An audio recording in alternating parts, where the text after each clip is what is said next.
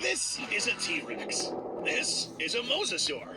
And this right here, ladies and gentlemen, is the kraken of the seas, Nanaimoteuthis haggerty. Allegedly this big, according to a recent estimate. Now, are the fearsome Mosasaurus and T-Rex about to lose their crown as apex predators to this brutal usurper? Today on Fuji Center, we dissect a discovery that took the net by storm and answer the questions: did this and could this real-life kraken steal the top spot of the most dangerous predator of the Cretaceous? Watch till the end to reveal this answer. Cephalopods, the class in which this kraken belongs to, are known for having a wide range of killing tools. From tough beaks capable of gnawing through shells and scales, grappling arms and tentacles and construct with dozens of weaponized suction cups, and many species sporting venomous bites that paralyze and incapacitate prey. These things have been swimming about for 500 million years, and any prey unlucky to get caught by any one of these has suffered a grisly end, as we are going to cover in a bit. But in today's oceans, while the near mythical giant and colossal squid inspired horrors like kraken and luska, the rare encounters we've had with these squid have been more eerie than deadly. Here's some good news, or bad news if you're a complete psycho. Humans are likely not on the menu for these big fellas. The real monsters of Lovecraftian nightmares? Surprisingly chill, at least towards us. But if we go back in time, these giant cephalopods might have been a little more unforgiving.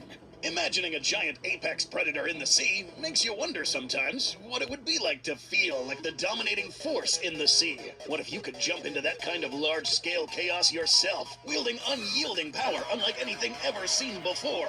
Which is now possible in War Thunder, today's sponsor. Now, pay close attention, because you're looking at the most intense free-to-play multiplayer military action game, immersing you in epic battles. Not just in the sea, but jets, helicopters, and tanks colliding in huge, highly detailed cinematic battles. No generic health bars either. Hit the wrong spot and boom goes your entire vessel with one shot.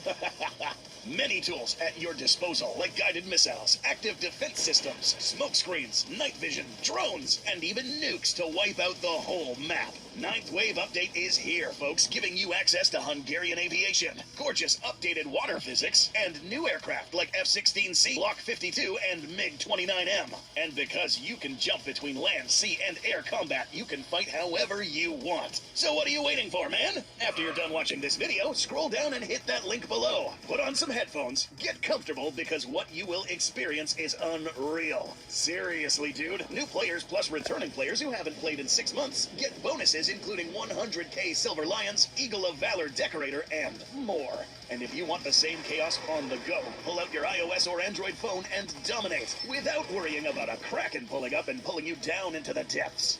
Which takes us to a very important section, which will help us determine whether or not Nanaimoteuthis could even run into T-Rex or Mosa. So this creature was first discovered back in 2008 and still further studied this very year from fossils in Japan and Canada. Nanaimoteuthis was a genus of gigantic octopus that included several species. Yeah, there were others. The largest, hailing from the Pender Formation of Canada, Nanaimoteuthis haggerty, was what broke the internet when the publication revealed its dimensions. Not only was the beak larger than any known giant or colossal squid beak, but just the so-called head of this thing, the mantle, was likely between about 1.5 to 4.4 meters long. At the higher estimate, that puts its head about as long as a T-Rex like Sue is tall at the hip. And with the arms stretched out, this creep from the deep was popularized at a mind-boggling length of over 18 meters. Ever stood next to a school bus before? Bigger. Now, the study didn't provide any mass estimates, but if this species had a build somewhere between other big cephalopods like the colossal squid and giant Pacific octopus, this real-life kraken would have broken the scales at anywhere from 2 to 6 or more metric tons at that length.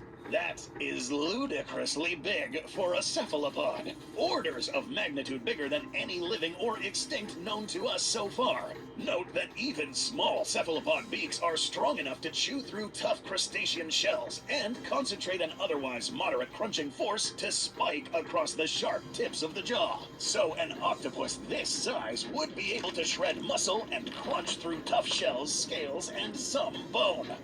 But wait, there's more. The larger an octopus gets, the more suction cups they tend to have. But with some larger octopi in our own time having dozens of pounds of grip strength, this would scale up to a strangling hold that could take an insane amount of force to escape from. So, if this beast existed in the modern day, assuming it was this big, it might well be capable of doing what those old mariner pictures depict and pull down small ships, or give Captain Nemo a panic attack.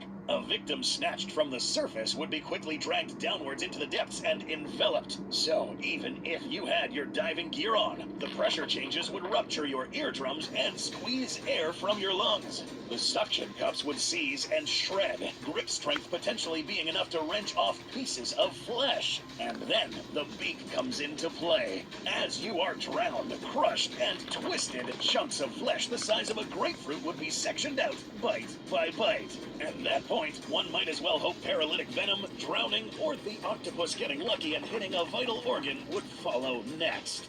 So, an 18-meter Cretaceous kraken might well be a top-order predator in the modern day, and a man-eater if it found us palatable. If Nanaimo-toothus genuinely was this big, it could have preyed on the large marine reptiles and sharks of the Cretaceous, and possibly even some sea-bound dinosaurs chancing a swim between shorelines might have been dragged to their doom. Wear and tear on the preserved beaks does show it was consuming a lot of tough prey, so chewing into bones was possible. And some infamous incidents at aquariums have shown octopi are quite happy to take on prey their own size class. So, was this Cretaceous kraken genuinely ruling over the inner circle of Hell's aquarium? Well, reality is a bit less fantastic than the headline. Make no mistake, Nanaimo-toothus is undoubtedly one of, if not the biggest cephalopod to ever exist, and certainly would have been a force to be reckoned with. But something lost in the headlines was that the authors of the paper announcing it noted 18 meters was the extremely high estimate for its length.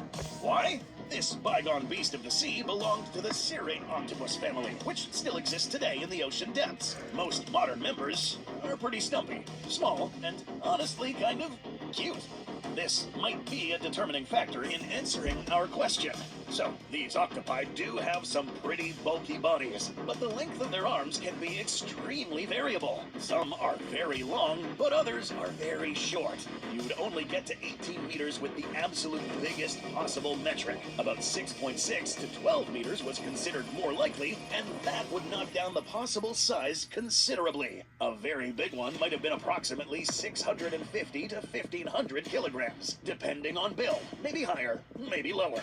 This is still much larger than most colossal squid, but way short of the metric that made some people think they discovered the real-life version of the Meyer squid, or Gazora.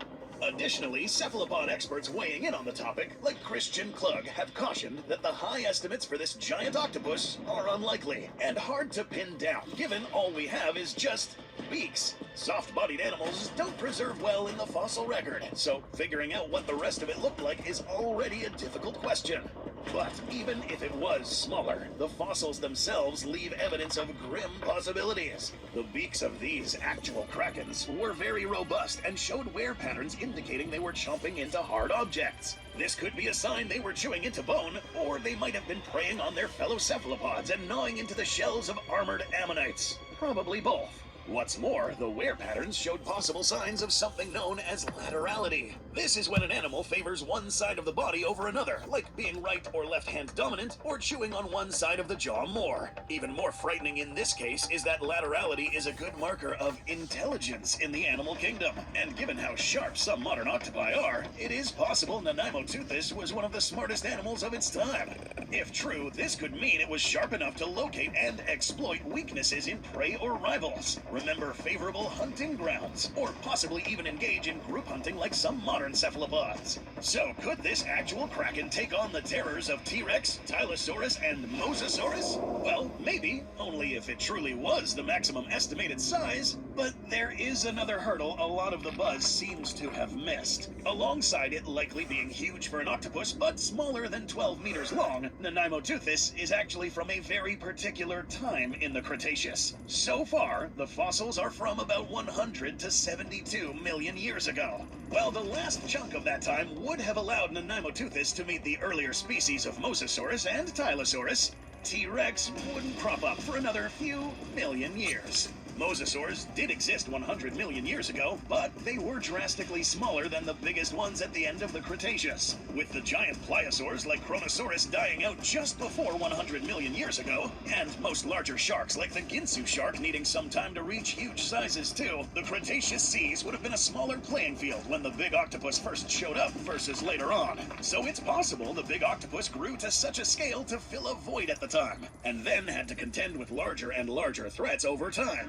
Could this kraken fell the dragons of the deep and hunt mosasaurs? At a similar size, maybe. The grappling arms of the octopus and sharp venomous beak could lead to a death sentence if it grabbed the mosasaur by the middle and chowed down, often ripping into it while it is still alive. But a bite to the mantle by the serrated jaws of a large enough mosasaur could also be a death blow to the cephalopod. But if we're talking the biggest of the big Mosasaurus and Tylosaurus that might have existed toward the tail end of this octopus's reign, then the sheer size and weight difference would have led to the draconic leviathans likely preying on the krakens from time to time. But what about pulling dinosaurs into a watery grave?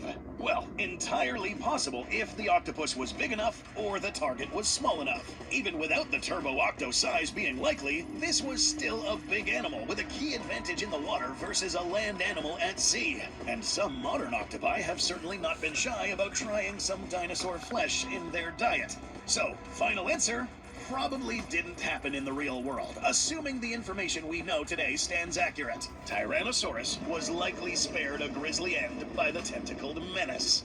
Nanaimo-toothis is a magnificent beast regardless of the specifics. Whether it really was an apex predator that even smaller mosasaurs feared, or a resourceful denizen of the deep who preyed on a variety of game from fish to the armored ammonites, more research will have to be done. And if some news breaks, you can bet you'll hear it from us on Goji Center.